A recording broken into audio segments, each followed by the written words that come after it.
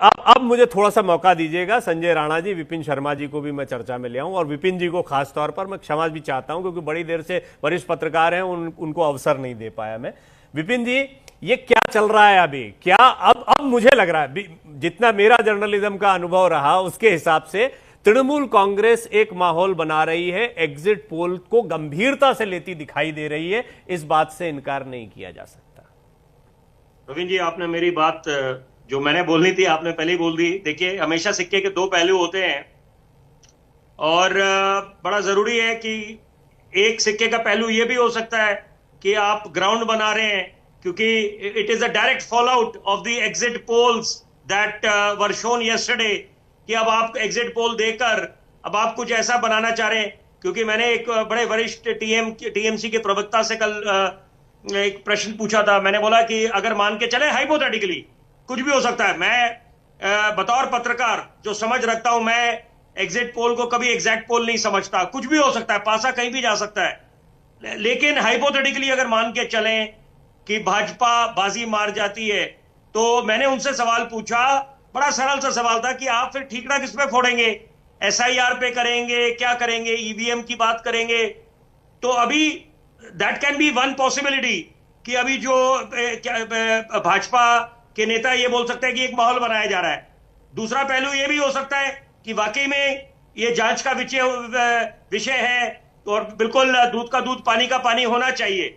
उससे भी ज्यादा जरूरी बात, मैं हक साहब को बहुत ध्यानपूर्वक सुन रहा था। मैं हक साहब आपको बड़े जिम्मेदारी से एक बात बताऊंगा और मैं चाहूंगा आप ध्यानपूर्वक ये बात सुने। मैंने पत्रकारिता में जीवन खपा दिया, मैं बिल्कुल न्यूट्रल कमेंटेटर हूं। तो एक अंग्रेजी का शब्द है प्री कंसीव्ड नोशन।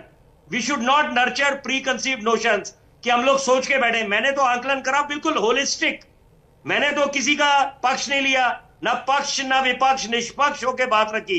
और मैंने जो विचार रखे वो तो हर कोई बात करता है। चाणक्य, हम ममता बनर्जी नहीं बोलते, ममता दीदी बोलते हैं।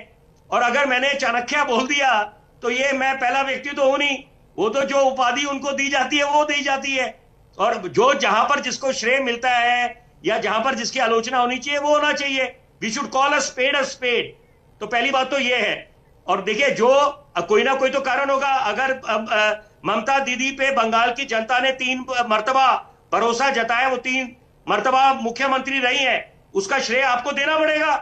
और वो अलग बात है कि क्या चौथी मर्तबा वो सफल होंगी, वो तो देखिए 4 मई को तस्वीर साफ होगी। लेकिन जरूरी बात है कि देखिए, एक सवाल जरूर बनता है, बड़ा जायज सवाल, कि ये जो बम्पर वोटिंग हुई